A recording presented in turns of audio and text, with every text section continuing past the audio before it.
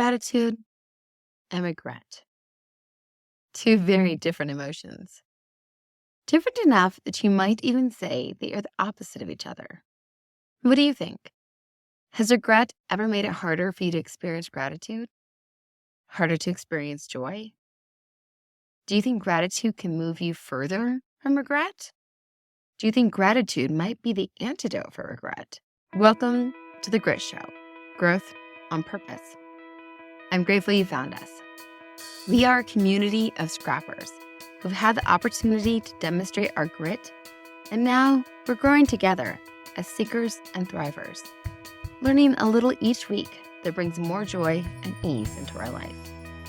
I'm your host, Shawna Rodrigues, and you are joining us for a unique episode. When the podcast first began, we had 2 episodes a week, one on Tuesday that was more conversational in its format and had guests that were thought leaders, and then another on Thursday. These ones were shorter, and I had you all to myself. We called those Thursday Thoughts. They were only 10 to 15 minutes, and I got to talk to you one-on-one. The topics varied a lot. They varied from the power of being thankful, which we dived into on episode 10, to the Thursday Thought episode on bucket lists, which was number 4, and another on to-do lists, episode 8, and cherry blossoms, and the conversation around the genetic traces of trauma. That one was episode 6. Although it tied for 7th in the ratings of our 20 episodes so far on The Grit Show, it is consistently the top episode to come up in real-world conversation. This week, we're doing something different and are merging our formats. The one-on-one aspect of the just for you and I Thursday Thoughts, and the longer format for our Tuesday slots. Since it's November, and I'm part of the exciting Gratitude Out Loud campaign, we're going to revisit gratitude a little bit, but only a little, since we already have episode 10 where we talk about the power of being thankful.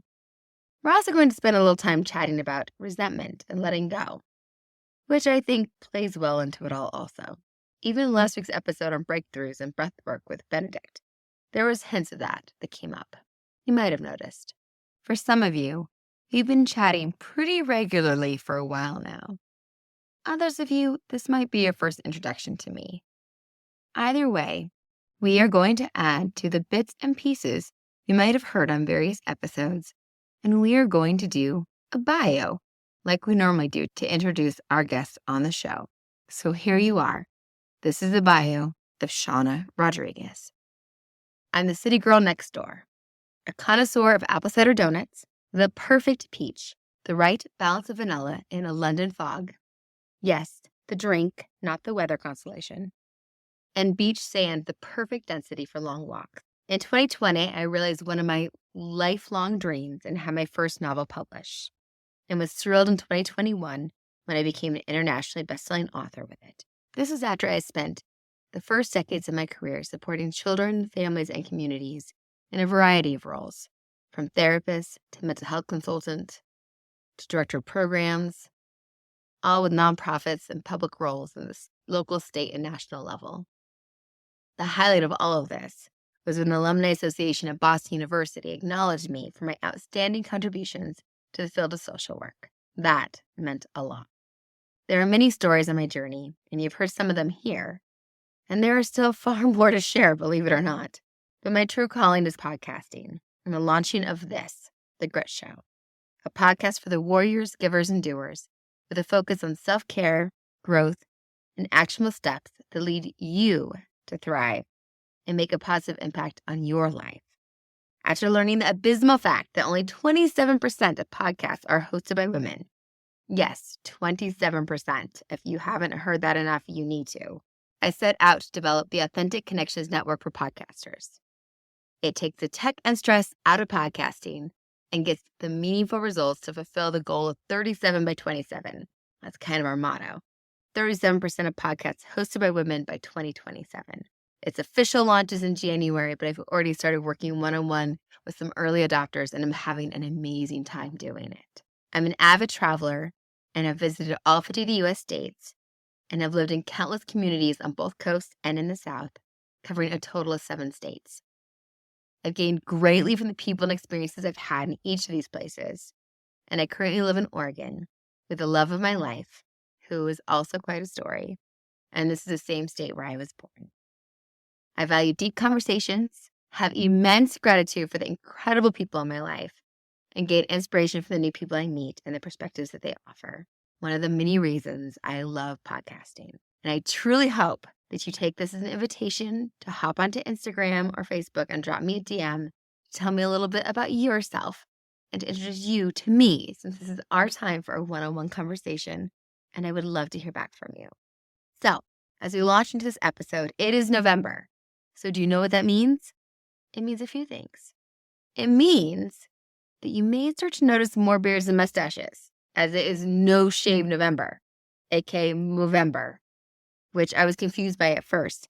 But I researched and I learned more in preparation for this episode.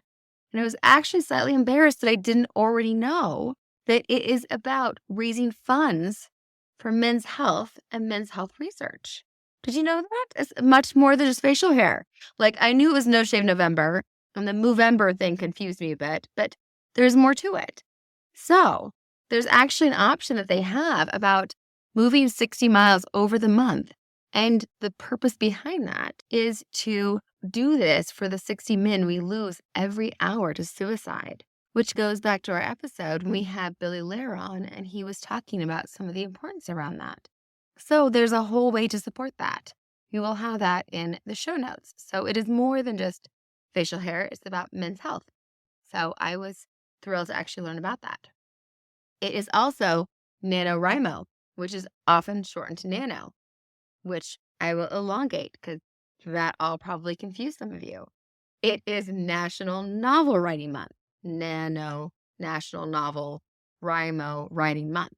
So now you know what that word means if you hear it in passing and in conversation. And it is quite a really exciting movement.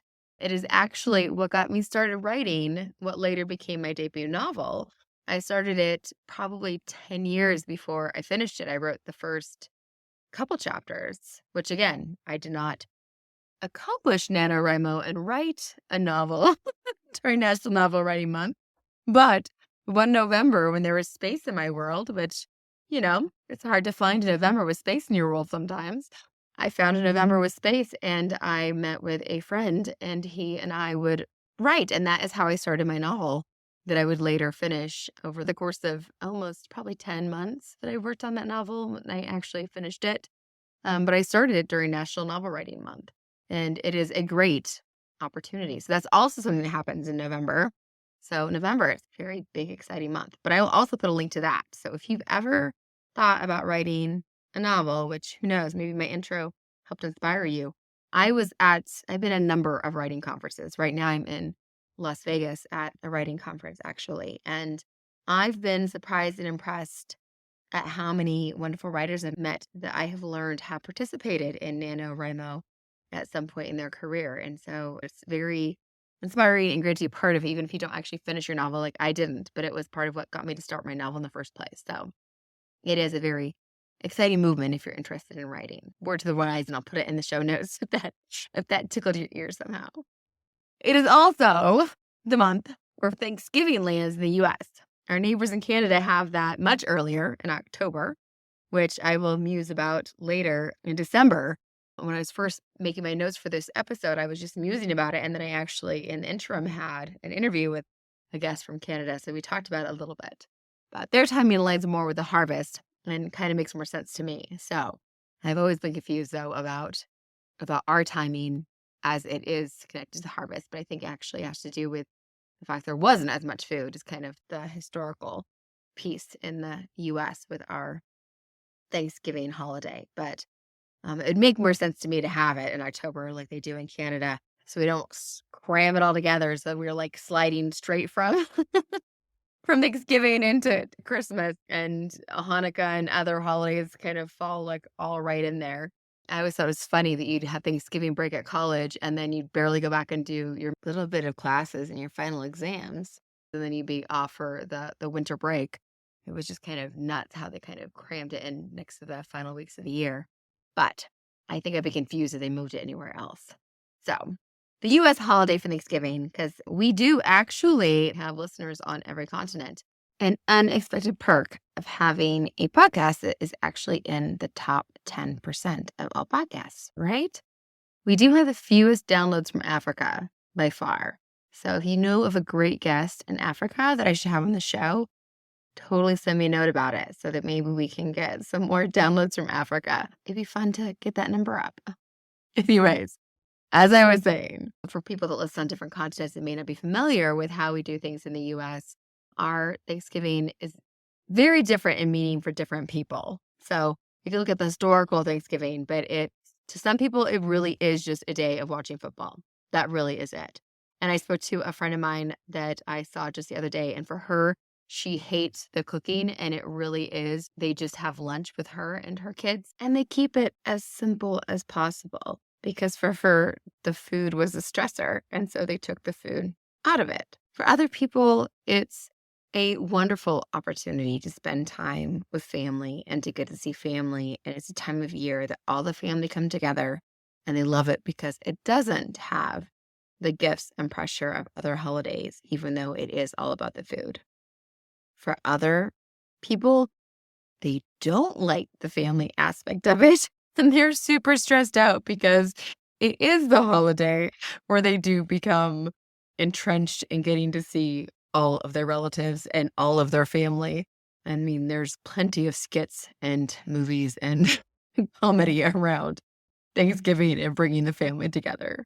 So there's that. For other people, it is the one holiday that revolves around pumpkin pie, and they love pumpkin pie. And that is like the most exciting day of the entire year because that is the one day you get pumpkin pie. It changes. So, it can make little sense for us about why it is. It also has a very complicated association because of the historic oppression of indigenous people in our country. It also has ties to this holiday. So there's also those that don't celebrate at all, which I definitely honor that as well and respect that. So whether you love it for football, pumpkin pie, not me, I'm one of those, or you don't even celebrate it. For me, because we all have our own associations, I have gratitude at the forefront for Thanksgiving. I mean, thanks is in the title. When I was a kid, I had a large family, and I think I talk about this in another episode we have as well, but there was 6 of us in our family, so 4 kids and my parents. And so we didn't get invited over for dinner at people's houses. There was a lot of us. Most people we knew might have 2 kids, but they definitely didn't invite all of our family over for dinner. And so that didn't often happen. And we didn't live near extended family. And so Thanksgiving, every year, the same family would invite us over for Thanksgiving. And every year we were surprised, impressed, and blessed and thrilled that we got invited to their house for Thanksgiving. And so there was just something about the holiday for me that represented like that they were giving, to us to open their home to us and invite them into their home. And we were incredibly thankful, or I was incredibly thankful that we got to go spend this day with them and play games in their game room at their house and get to have this big dinner with them and their family. And I had my own kind of pie that I liked, and they always had it there because it was never made at my house. So it was always about that. And so for me, that's what Thanksgiving always was. And as I got older and I went to college in Louisiana, and Louisiana was very far from home. And I went home the first year my mother had a really hard time I was gone. So I went home for Thanksgiving that first year. But the other years, I was too far away to come home for Thanksgiving. And so people opened their homes to me to have Thanksgiving with them. I've always had like this immense gratitude and this welcoming thing that comes with Thanksgiving for me. So that might be why the Cornerstone project I chose for the launch of Author Express, which is a podcast I'm co-hosting, this intent on discovering the voices behind the pages of your favorite books, and is launching on the final day of November, the 30th. It's all about gratitude, this Cornerstone project. And you can find it on Instagram. It's Authors Expressing Gratitude. Get it? Author Express. Authors. Anyways, so it's part of Gratitude Out Loud for the next few weeks. It's all about gratitude because for me, November, Thanksgiving is all about gratitude. And in episode 10, I talk all about the power of being thankful and how important that can be in changing your perspective and changing your life in many positive ways, the benefits of it and the science behind that, and how I really implemented it into practice. It really impacted my life. And I really started thinking about it again after our episode with Billy, because on our episode with Billy, he talked about regret and not listening to anybody who says to live life with no regrets, which I might be somebody who I don't think I say that out loud. I don't know. If you're listening to this and you're actually friends with me, let me know if I've ever said that to you. 'Cause I don't know if I would say it, but I wouldn't think of not saying it. I feel like I am definitely a seize the moment kind of girl. You get that from my one of the top episodes from the podcast about, seizing the moment and not having a bucket list. Like, to me, living without a bucket list isn't as simple as, saying, like, live with no regrets, but it's very similar. That's funny. I should look at the transcript. Maybe I do say that in that episode. but but when he was saying, like, don't listen to anyone who says that, I was like, wait a minute. Like, I don't think I live with regret. I don't do regrets. I'm not somebody who does regrets. And it might be that it may be some level of fault that I equate regret and resentment. And maybe I put those two close together and they're two different emotions. And so that could just be a way that I'm looking at things. But for me, like, that ability to have gratitude for things and to look at what to be grateful for, again, staying away from the bright side. Like, I'm somebody who's not a fan of just look at the bright side, always see the bright side. I was definitely raised very Pollyanna and watched Pollyanna and loved Pollyanna. But there's a thing about this toxic positivity, right? Of always having to see the bright side, always having to look so much at the positive that you ignore the negative to a fault. And that's something that never sat well with me. And so that's why I think gratitude resonates so beautifully with me, is because it's like the antidote. It's not covering it up, it's actually curing. It's actually resolving. It's actually finding a different frame for things instead of like brushing over them and just covering them with tar so they don't exist, right? It's actually resolving them and chemically changing it into something else, which sits so much better and resonates so deeply with me when you do that instead. And so that's why I love gratitude so much, because it is finding a way to really see the things that you're grateful for and the things that really resonate. So we have an episode coming up in December where we talk about grief. And there was somebody else, I'd seen something on Instagram talking about toxic positivity and how people will say, well, at least they're no longer suffering, which is, again, is somebody trying to brush it over or ignore it or work around it or put tar over the top of it. And this isn't anything that the person who was the guest talked about with grief. I don't believe that was something specific she said at all with it, but it's this concept that instead, if we look to gratitude, right, instead of trying to say this, well, at least, right, which I feel is toxic positivity, the well, at least stuff. If we look to gratitude instead, to be able to say to them, I am so thankful that I got to spend time with this person, that I got to have this person in my life, that this person we've lost was part of our lives and that I gained from them. That if we look at that gratitude for that person, that we aren't brushing up and painting over and like, well, at least stuff. It's not trying to ignore what's really happening, but it's actually shifting towards something beautiful and good and something we're genuinely grateful for and looking at a different angle instead of just covering things up. And that's why I love gratitude so much.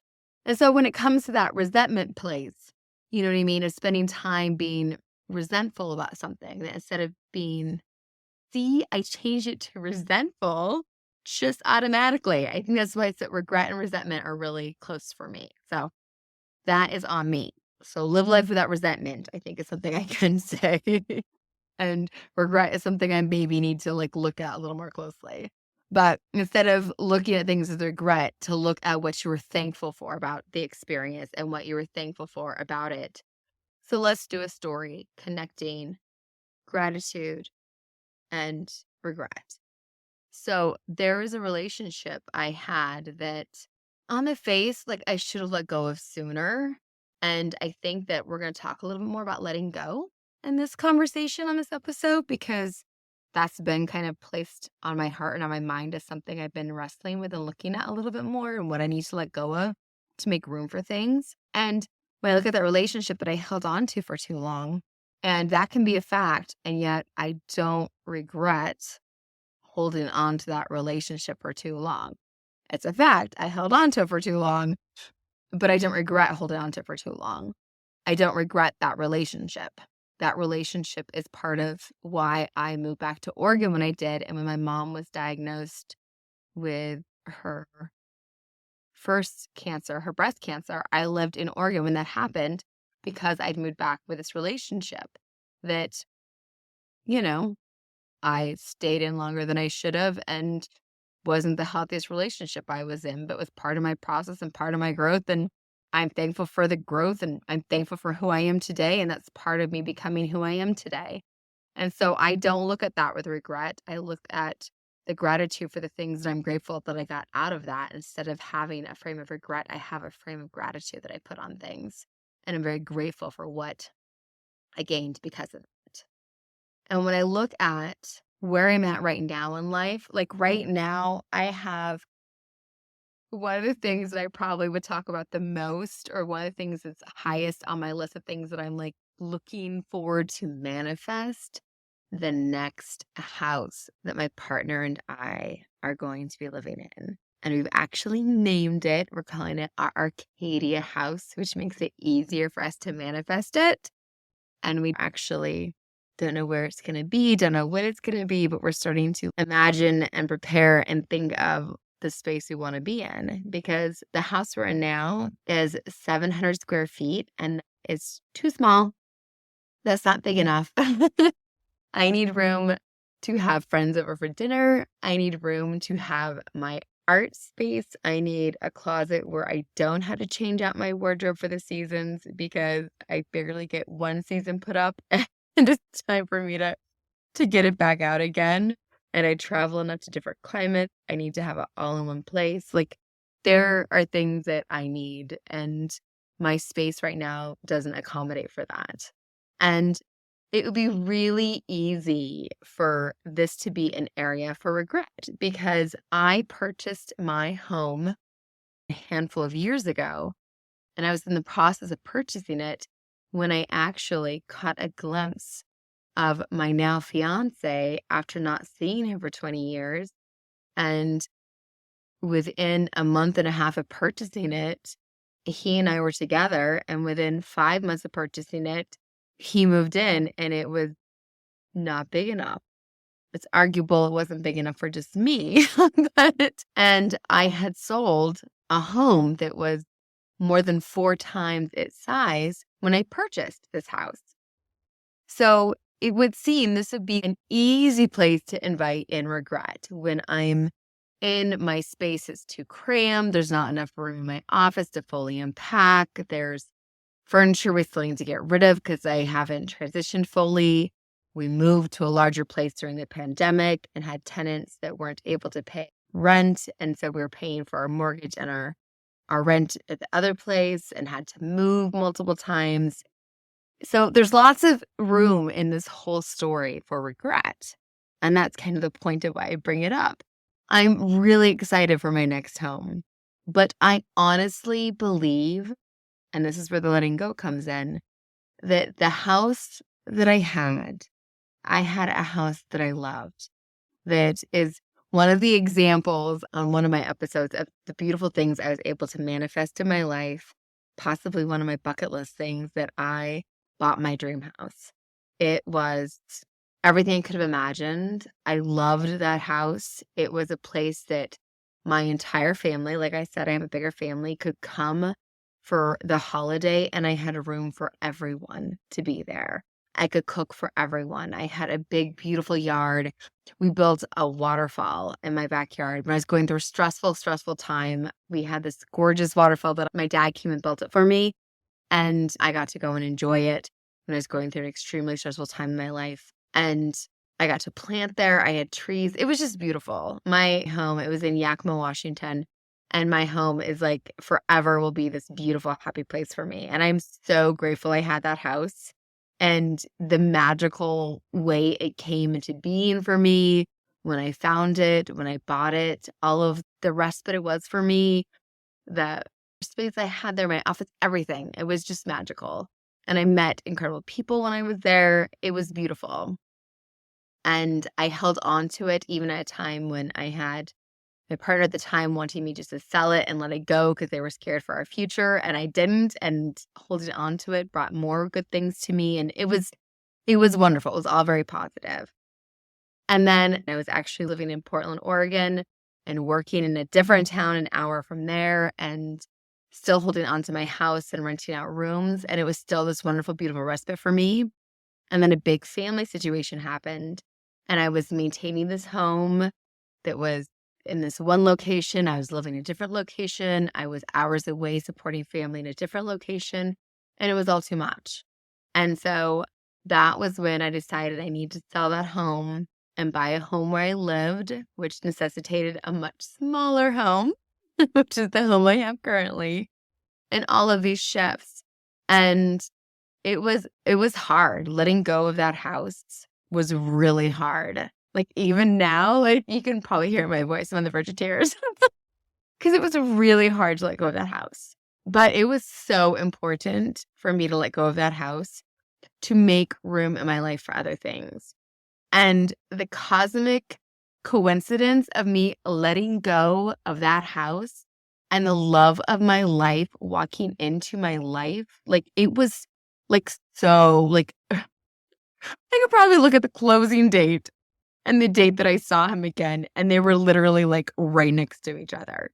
It was incredible, like, how that timing worked. And there was a sense that I had that I needed to let go of that house in order to go to that next phase in my own life, as well as be more present for a lot of the complicated things happening in my family.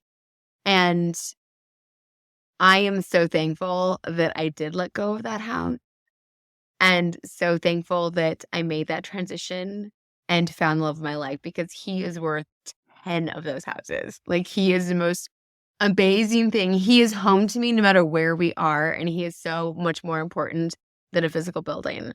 And that's why I'm also excited for us to find our Arcadia home, our home together. That's going to be even more incredible because it's ours and it's ours shared. And so the importance of not having regret with that, though. Like, if you listened to me, like, when I was stressed out about my tenants and paying my mortgage and paying the rent, if you listened to me when I was selling that house and it was so hard, if you listen to me when I'm stressed out about not having space in my office, about not having space in my home, about, like, I feel like you would expect there to be some level of regret in all of that. And there isn't. Like, I am so resolute with all of the decisions and changes and shifts that I've made. And I feel like gratitude makes that all possible. And the knowledge that letting go is so important to be able to open myself up to invite other things into my life. And it is so hard to let go. And I feel like regret makes it even harder. And I feel like there is more between those three things of regret and gratitude and letting go, that if you hold on to regret, you can't let go of things. And that gratitude makes it more possible to release the regret so you can let go of the things that aren't serving you, so you can invite better things into your life. And I promise you that there are times in my life where some of the letting go and some of the lack of regret is simply a practice of, because it was too hard to hold anything that was similar to the regret or that felt like the regret. When there was a big family situation that happened in 2017, December 2017, so we're coming up on the 5-year anniversary of that. That is actually going to be a book that I will one day write called Daughter of the Accused. And it was a very tragic situation with my family. And I dropped everything to be present for my family. And it was a big decision, but it was very important to me that I did it without regret and with a clear heart. If you've heard that term, with a very clear heart, that I did it knowing that's where my priority needed to be. And that's where I wanted my priority to be. And that I was grateful I could do that. And that I found the gratitude in doing that. I think that when my mother was sick, when I was in that challenging relationship that was not healthy and I was in a very stressful job, I had I didn't have the gift of gratitude at that time. And it was a lot harder to do things, everything feeling very heavy. And like I was moving through mud to do all of those things. And this second situation I went through, my family was even more stressful and more of a burden at times, if that makes sense. And yet I did it without regret and I did it with gratitude and was present of knowing that I was grateful for that time and knowing that I looked back on the time I had with my mother before she passed and grateful for those days that I was with her and those trips that I took and the time that I made her a priority and that I did not regret those decisions and the importance of me framing and being grateful for those times and how important that was to me, that it made it possible for me to do that later as well with this other round with my family when I was needed for my family, and that I made the choice to do those things without regret. And how important that was to be able to let go of all the other things that I couldn't prioritize and all the other things that I couldn't give myself fully to because I couldn't. And part of that was a decision of letting go of my dream house. And I literally, I was 12 years old and I picked out the place I wanted to build a house when I got older. Like having a house has always been a dream for me and hugely important to me. It was crazy how long I waited to be able to buy my house. And then the first house I bought was my dream house. And it really was. And that was a huge blessing. I'm so grateful for that.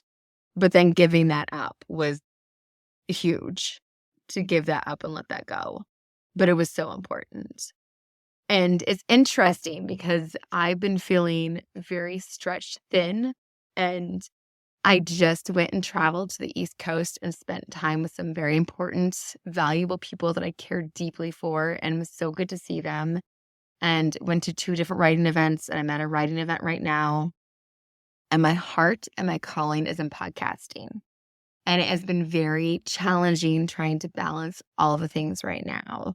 Trying to balance the love of my life and a wedding that's happening in the late spring and all these people I haven't seen for 33 months because of the pandemic and spending time with them and the writing and focusing on writing and wanting to focus on podcasting and building my network and all of these things and feeling so pulled and really realizing that I just need to let go.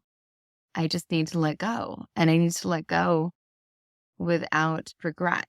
And I need to be grateful for the opportunities I have and follow my gratitude and use that in a way that can help me find where I need to focus.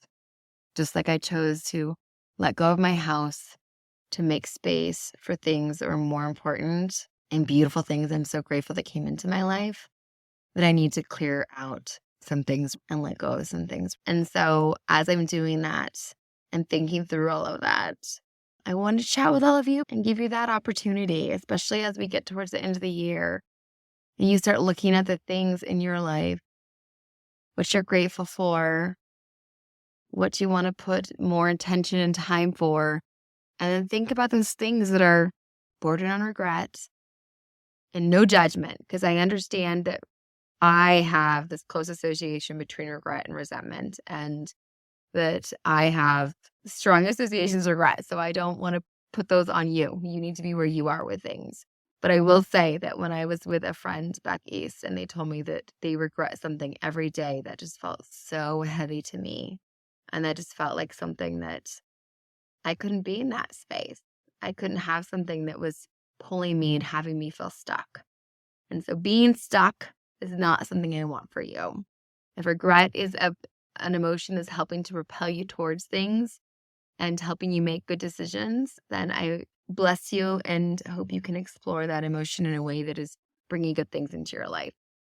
If it can help you let go of things, then I invite you to look at that. I need to work more on letting go. That is a theme for me.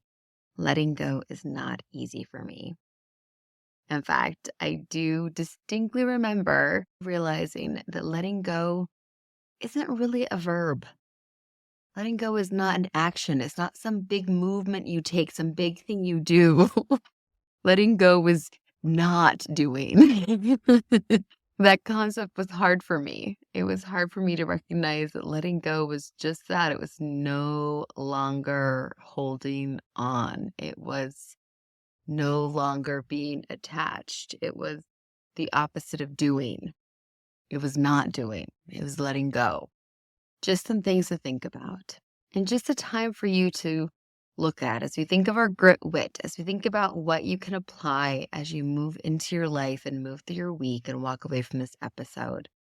To look at what in your life might be something you need to let go of.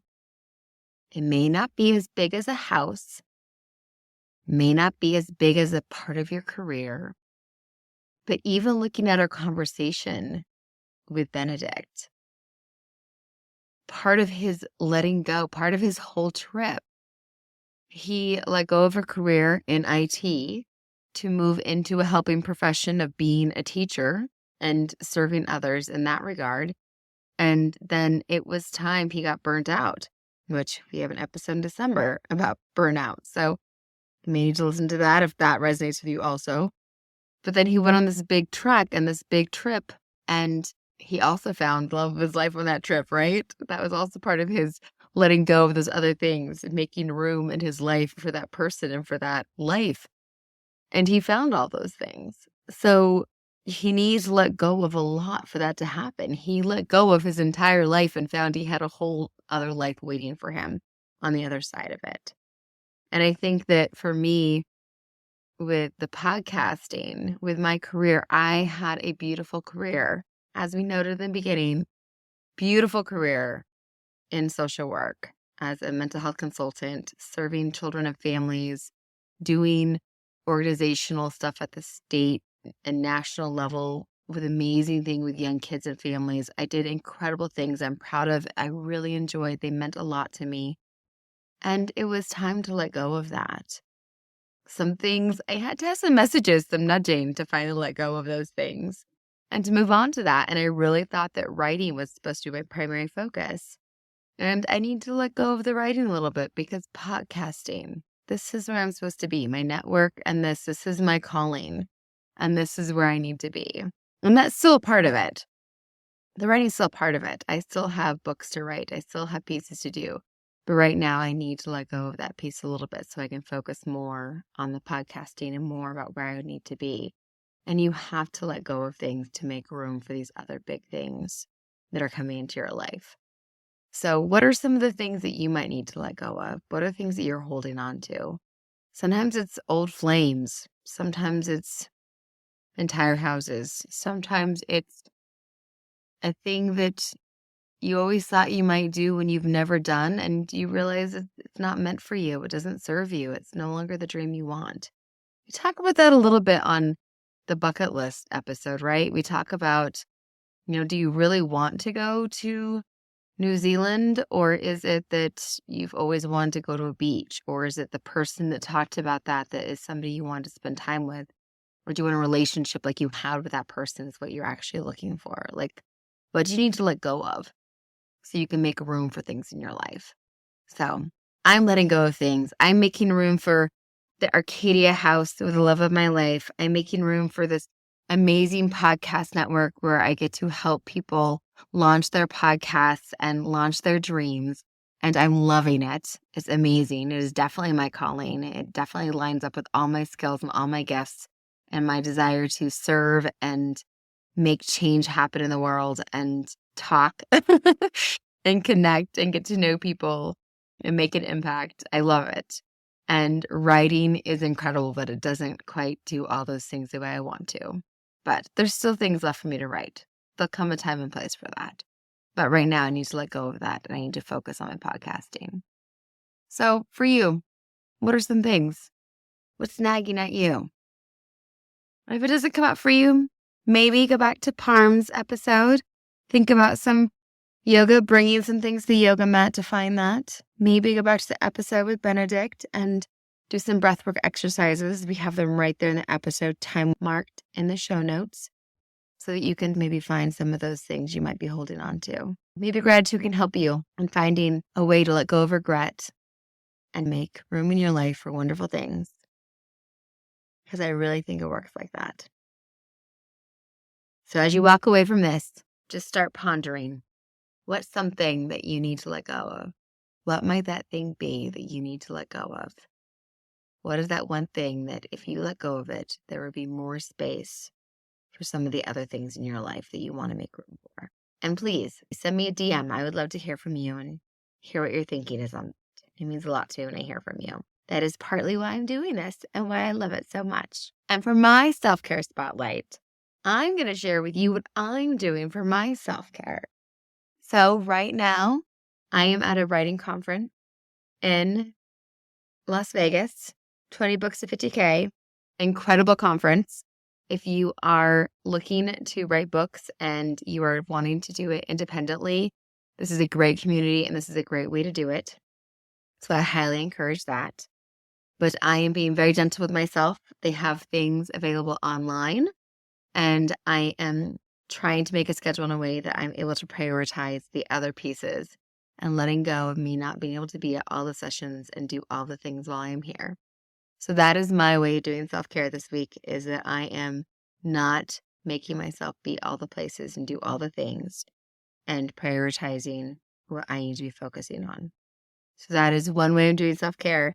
The other way is I did literally bring a coloring book with me. I got my coloring book early for being a guest on the show. And I brought it with me and I brought pins with me. And so I'm going to take time for doing some self-care by doing some coloring in my coloring book. I'm also finishing up the coloring book you guys are going to have coming out, because we're going to have the next one coming out before the end of this month. So that's going to be polished up. And I do love creating a coloring book. That is also a creative outlet for me, just like doing the coloring is. So I get to work on that some, which will be nice and relaxing for me. And I'm also going to be doing walking. Strangely, Las Vegas is a city that I love for walking. So the beauty of being on this trip, you got to walk to get to places. Now, if only it was a little warmer. Y'all, it's like 50 degrees today when I was out at 2 p.m. in the afternoon in Las Vegas. This is ridiculous. It was like 38 when I left Portland, but it's still ridiculous. So that is our self-care spotlight and what I'm doing for self-care while I'm here. Thanks for spending this time with me today. I really did enjoy it. It was nice to get back to having some one-on-one time with you. And I would love to hear from you what you thought about it as well. Since we have moved away from this format, it'd be great to get your thoughts about what you enjoyed. Or if you prefer the interviews, I can hear that as well. So let me know what you want. The show is for you. If you aren't already following on Instagram, get on over there and follow at the.grit.show. If you are there following us, you'll get to see some of the gratitude out loud in the stories. If you follow 37 by 27, an Author Express podcast, I'll put those in the show notes. You'll be able to see all the posts firsthand coming from the different podcasters and authors that are participating in Gratitude Out Loud. So it'll be a nice thing to have for the last couple weeks of November, to have that little bits of gratitude coming in on your feed. And you are very welcome to add your gratitude. I'd love to hear from you as well. So please add it in there. As we're getting closer to the holidays, I already mentioned that we're going to be launching the second Color Grit coloring book very soon, before the end of the month. So head on over to the website and join the mailing list. So thegritshow.com, and you'll be the first to hear about that. And you'll get the free coloring pages when you join the mailing list. I hope the rest of your week goes well. And I look forward to being with you again next Tuesday. We'll be chatting with Shelly Mache about family and the holidays and a little around money mindset. I've also got some great shows planned for December. Fun episode around bringing out the joy in hosting, which will be great, as well as that heartfelt conversation on supporting others with grief, especially through the holidays, and the important conversation around how to tell if you're experiencing burnout. So we mentioned both of those a little bit during this episode. So those will be coming out in December. So keep an eye out for those. Until then, take extra good care of yourself, especially as we get into this busier season when it's harder to find time. And consider what we've talked about today. Take a deep breath. And let go of things that aren't serving you. You are the only one of you, the only person with your unique perspective, your unique gifts, your view of the situations in front of you. So take that deep breath and give power to them. The only one of you that this world has got. And that really does mean something. I look forward to connecting with you again next week.